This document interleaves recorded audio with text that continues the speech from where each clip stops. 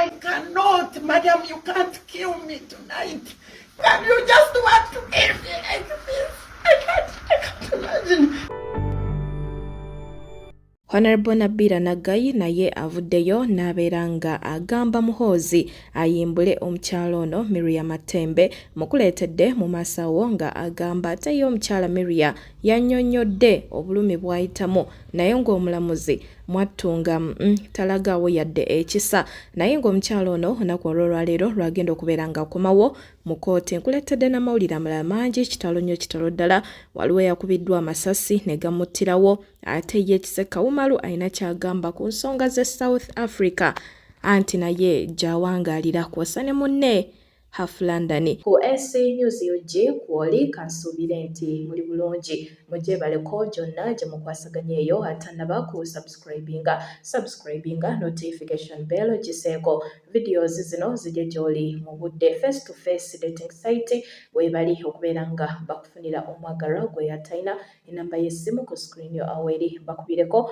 weereza message ku WhatsApp okumanya ebisingawo. Ekisooka kya byonna ono ye mulamuzi yabadde Ekisooka kya byonna ono ye mulamuzi eyabadde mu musango gw'omukyala Miriam Matembe onako olweggulo wali ku kkooti e Luzira mukyala we bamulese nga tusuubira nti oboolyawo bambi banakkiriza ateebwe ku kakalu ka kkooti naye beyiro baagiganye newankubadde yabategeezeza nti mulwadde mukyala yakanyiza kulaajana n'alaajanira omulamuzi bambi Sheila Glory yabeere ng'amuyimbula ku kakalu ka kkooti naye omulamuzi n'agaana era bw'atyo n'amusindika e Luzira n'amutegeeza nti olunaku olw'olwaleero lwagenda okubeera nga akomawo mu kkooti ate babeere nga kkooti bwetyo eyongera okugenda mu maaso baba namuwa beyiro leero awonze naawe katulinde tulabe ebinaavaayo. Embaagaliza omwezi guno ogw'omusanvu gwe twayingidde gubeere gwa ssanyu gubeere gwa mirembe gye muli mwenna mwebale nnyo okubeera nga musubscribinga ku SC News UG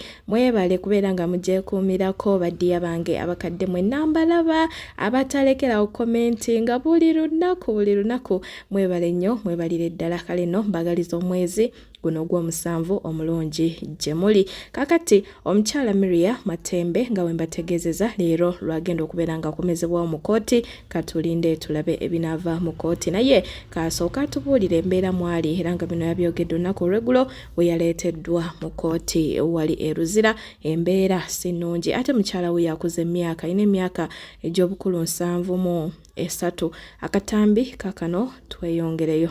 I cannot, madam, you can't kill me tonight.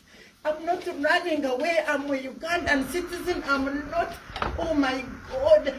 Have human heart and allow that I go either for scan tonight or I go to that thing where it can at least the machine is there for one day. How can you just want to kill me like this? I can't imagine. Their laws are laws. They are not human beings.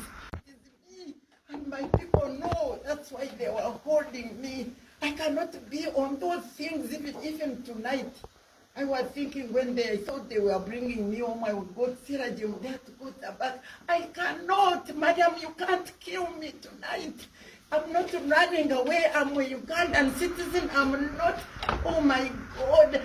Have human heart and allow that I go either for scan tonight or I go to that thing where it can at least the machine is there for one day. How can you just want to kill me like this?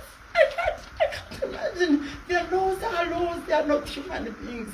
The laws procedures don't have a human heart. And you see me here, and you know that all these are lies. But you want me to, at least I was saying, I can say it again, even when I was suffering, I said that at least used to shoot you once, boom.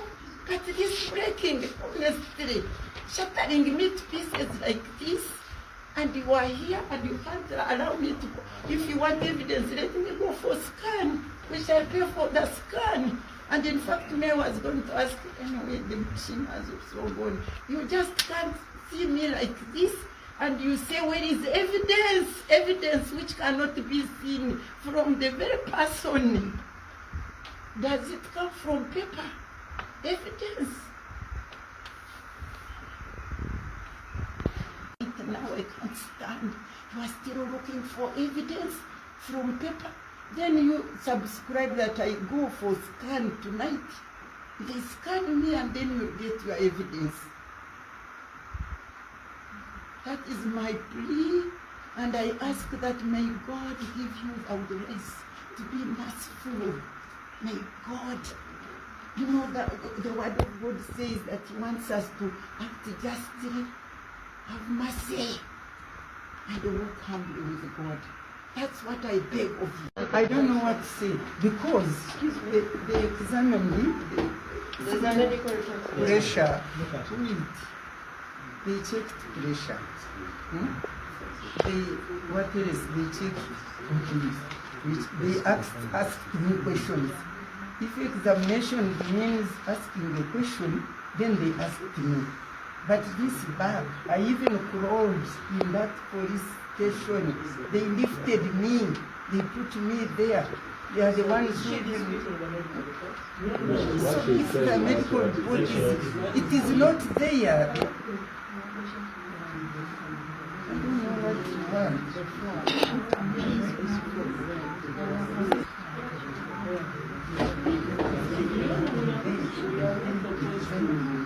Yeah, they grabbed me, abducted me again, and brought me all the way, all this to conduct me at police there within a few minutes to write whatever they wanted to write.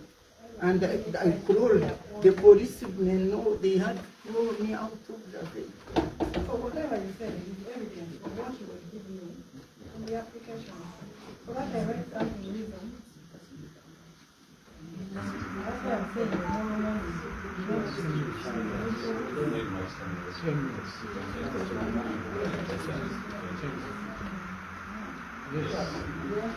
Just our prayer, like our client has narrated to you, the circumstances under which she was arrested.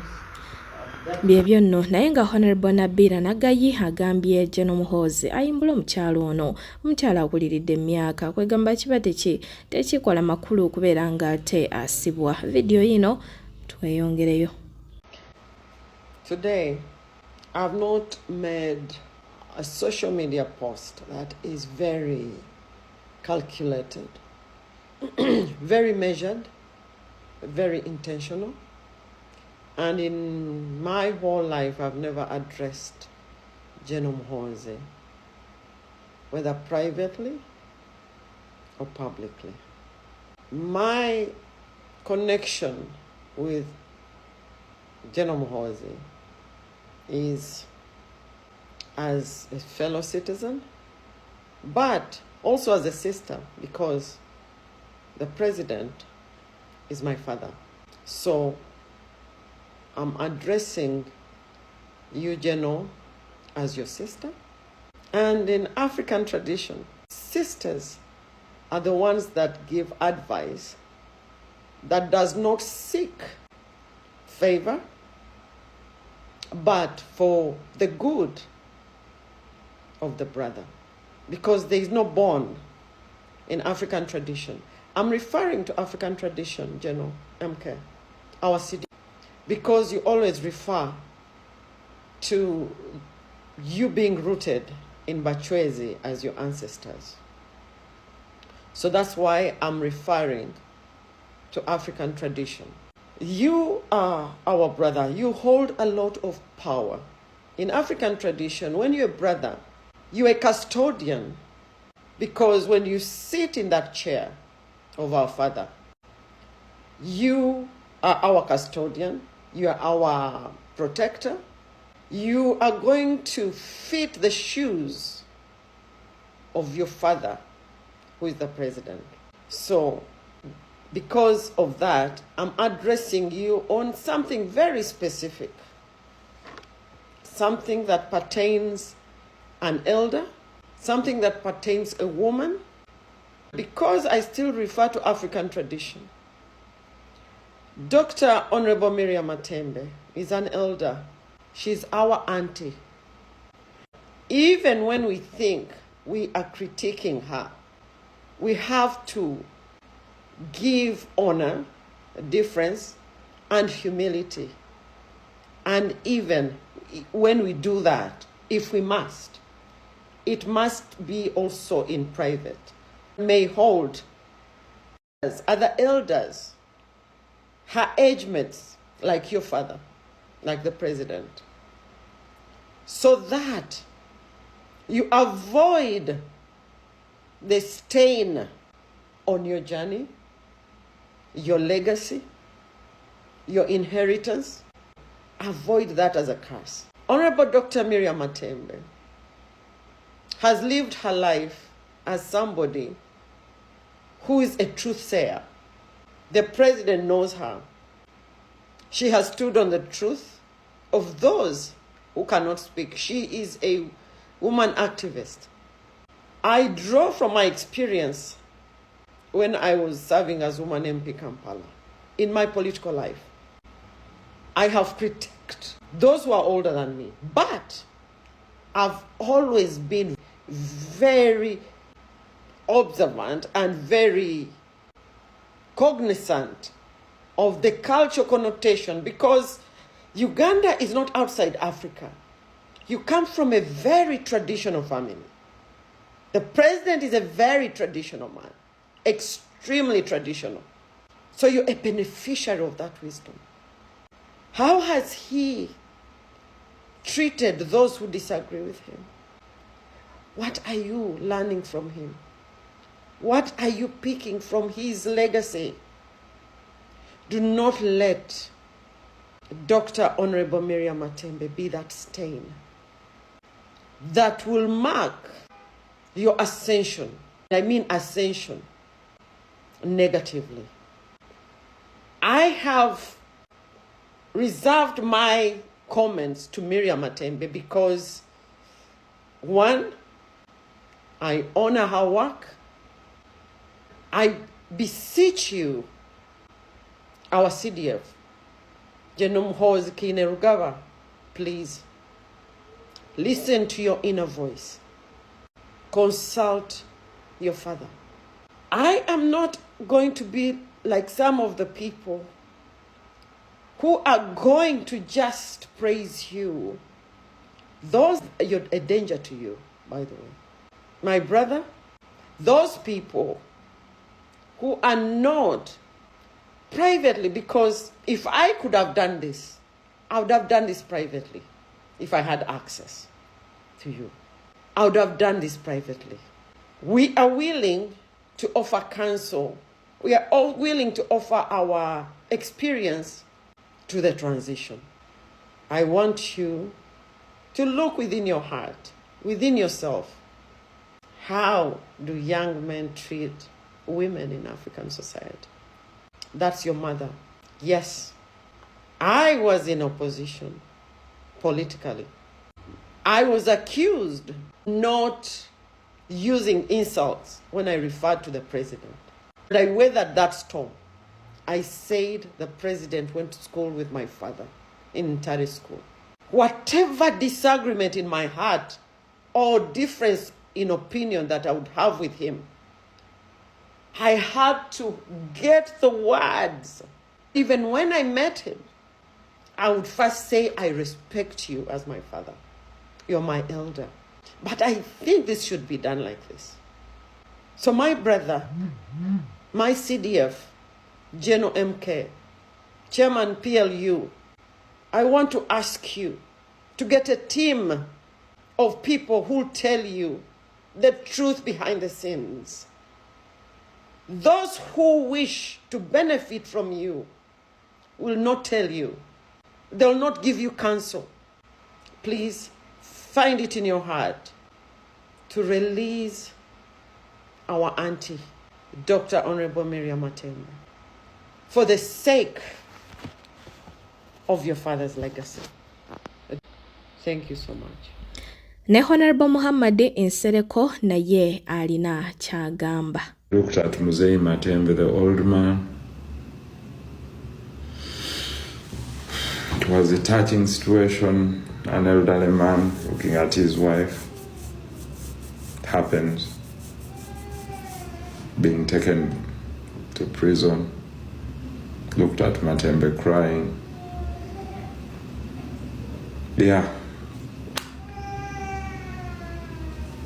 So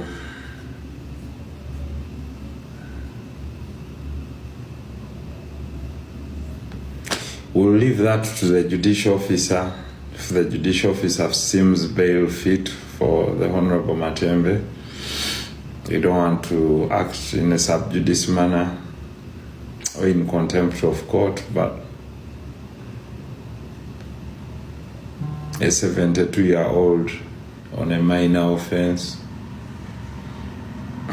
not granted bail, laughable.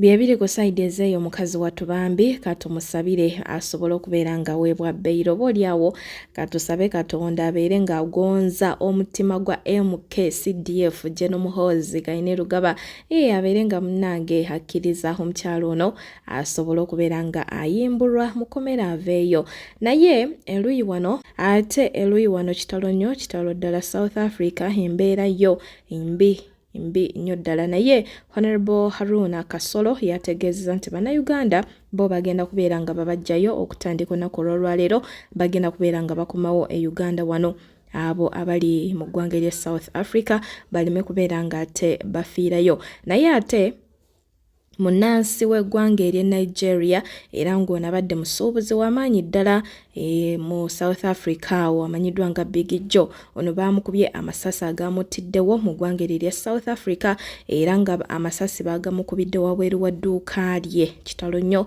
kitalo ddala Mukama katusaba muwe kyomule ky'emirembe amusonyiwe na byonna ebyamusobako kakati mu nsonga eno ey'okujjayo abo abali South Africa naddala bannayuganda Umaru Kiseka kwosa ne Half London abo nabo bali eyo South Africa ate banojjukira ba foot soldier b'ekibiina kya NUP balwanirizi baddembe mu kibiina kya NUP katugambe bwe tutyo kubanga balwanirira eddembe ly'abo abaasibwa olw'ebyobufuzi ne babeera nga bavumirira ebikolwa ebyo ebikolebwa General Muhoozi kwosa ate n'okubeera nga bavumirira ebyo gavumenti byekola bye bagamba nti bikyamu kakati bannayuganda baadde beebuuza nti bano nabo bagenda kudda ku butaka kubanga bwe bakomerawo ekiddako awo osobola okiteebereza singa baba balinnye ku kisaawe Entebbe era nga bw'olaba nti singa Lumbu ye yali akyasobola okudda e Uganda Entebbe airport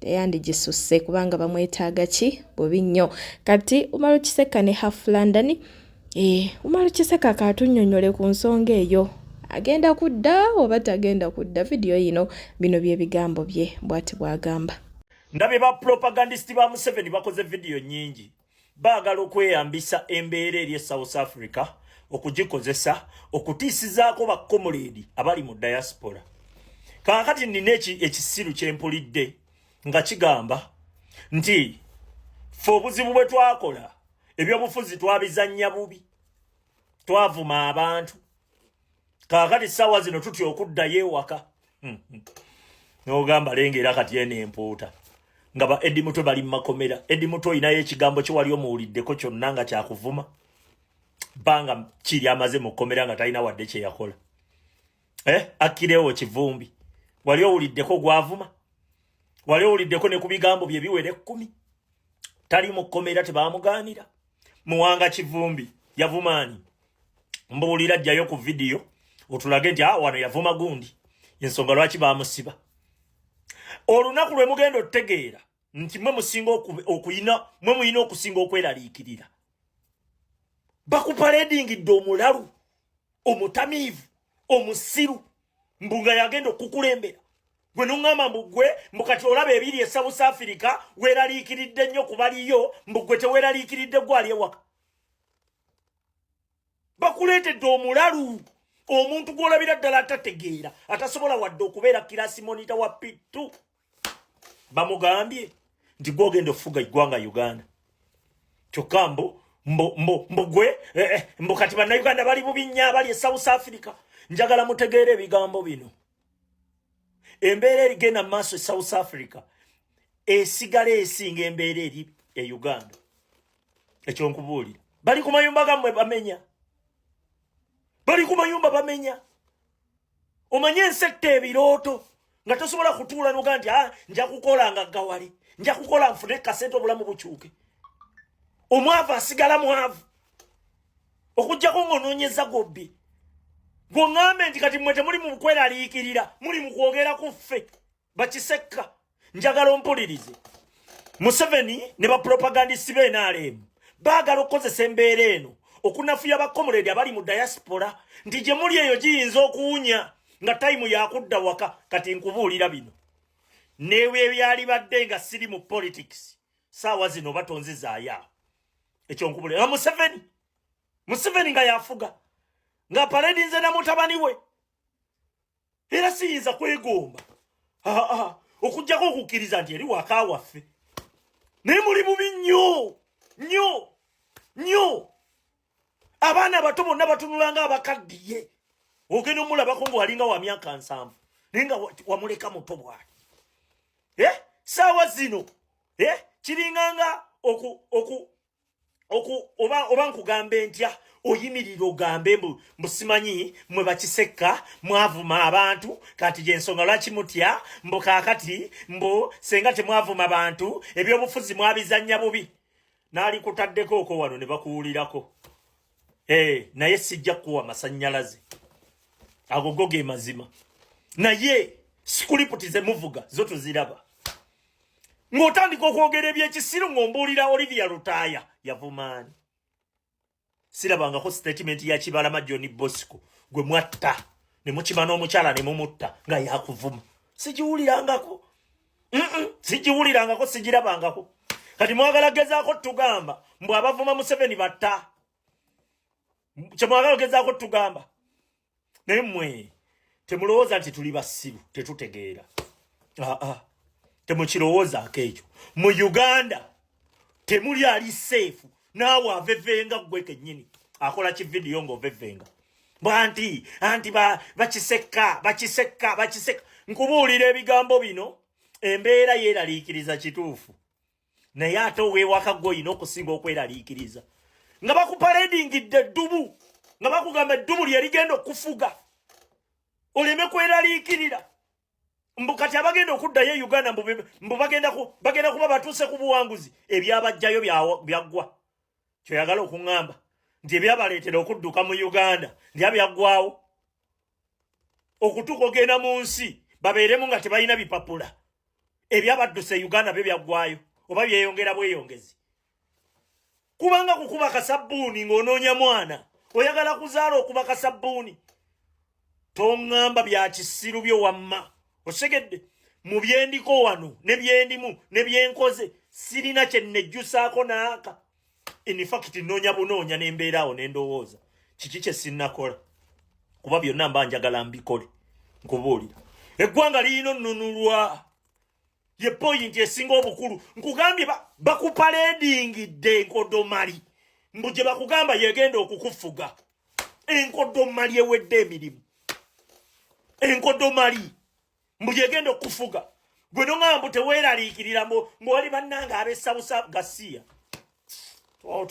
tombuulira olunaku olwaleero mbakomezzaawo ku estate yaffe eya wano ekakiri mu ttawuni naye bannaaye eno estate nnungi olwaleero nakedde eno nina client eyasiima mu estate eno yalaba vidiyo yaffe client ye tabeera mu Uganda ali bweru yalaba estate yaffe eno nampa sister we nemuleeta nemulambuza sister we n'asiimawo bulungi nnyo kati client naŋŋamba olwokuna ngenda kusindikira tiimu yange ey'abasaveya bajje basaveeyinge poloti yange gye nsiimye awo deni ndyoke ngisasule mwana wattu agenza okuweereza tiimu ye abalina okusaveeyinga poloti ye nga beba solvent asset management so era abaami omwami n'omukyala boolengera abo bebo bava mu solvent asset management bazze bali mu saveeyinga poloti ya client ono naye bannaaye eno estate nnungi okujjako ng'omuntu budgeti yo etagenda kusobozesa kufuna poloti wantu wano naye wana awantu walungi kasayiti kalungi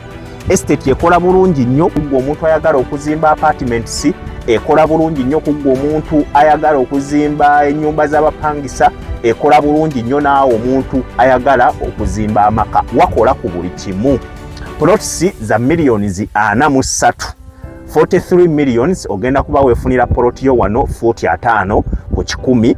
Estate yo bagimalawo, tusigazaamu poloti ntono ddala. Estate bagimalawo nga nawe wolaba 360 video ndoza nawe olaba estate eri ku kkubo wennyini wano Kachiri. Kachiri estate eri ku kkubo ka site kalungi nnyo nga bw'okiwulira. Ebyapa weebiri bya ku mmeeza, so gwali interested yanguwako nawe weefunireko wano poloti nga omukisa gukyaliwo. Wantu walungi nnyo gw'okimanyi nti baŋŋambye ennyumba za wano ez'abapangisa ng'ogizimbye bulungi zisasula $45,000. Ennyumba z'abapangisa ng'ogizimbye bulungi ng'eri ku mutindo ziri $40,000. Kuba ono client sister we gwaweereza abeera muno mu Kachiri, kati ye olwedde ebyamu byonna abimanyi, naye aŋŋambye ennyumba za muno ng'ozizimbye bulungi zisasula $40,000. So ndowooza olaba nti kitundu kirungi ddala ddala. Gwe omuntu ayagala awantu awo okuzimba ennyumba z'abapangisa, kasayiti kalungi nnyo tokasubwa. Nakugamba nti gwe omuntu ayagala okufuna ettaka eriri genuine wano mu Uganda, Ssempeebwa Property Consultants Limited kyekyokuddibwamu kyo. So kasayiti kalungi nnyo kano, banaye ka estate kalungi. Oleetawo omuntu naawe kennyini ng'okimanyi nti omuntu talina kintu kyonna kyagenda kugambayo okuggyako nga bajeti ye yebategenda musobozesa kufunako wano poloti. Wantu walungi nnyo, poloti zo bazimalawo. So $43,000,000 jangu wefunire wano poloti yo 45 ku 10 n'ekyapa, ebyapa weebiri bya ku mmeeza. Tuli wano Kachiri mu ttawuni, buli kimu kyoteekawo kikolerawo. Tebiriimu mbu ate tulindemu omwaka gumu ate ekitundu kikule. Ne bw'ogamba kuzimbawo kati apartment zikolerawo, ne bw'ogamba kuteekawo kati nnyumba z'abapangisa zikolerawo. So kasayiti kalungi nnyo kano. Duka emisinde wolabidde vidiyo eno, ate naawe obeere nga tosubwa mukisa kufunako wano poloti. Wantu kambalageko ekiri eno wansi. Manyi muyinza okugamba yi ng'otulagaawo wokka, kambalageko n'ekiri eno wansi mulabe. So nakugamba ffe aba Ssempeebwa twategeera ekizibu kye twajja okusolovinga. Abantu bangi mubadde ng'eyo mutya okugula ettaka mu Uganda. Ffe ebyo twabisolovinga. Naye client yo nate naye ayongedde okunsanyusa, aweereza abasolvent. Gwe omuntu ayagala okusurveyingira ettaka, abasolvent nabo weebali babeera basobola okuyambako, yadde nga naffe aba Ssempeebwa tubikola. Naye kati ono client aweereza abasolvent ate babeere nga be bamucekingira ettaka lye lino, era bamaze okucekinga bulungi nnyo byonna. So ndowooza olaba ekiri wammanga wali oyo wansi, waliwo oyo wansi azimba apartment, ozirabye oyo azimba apartment wansi awo. So awantu walungi nga bw'okiwulira, buli kimu kyoteekawo kikolerawo.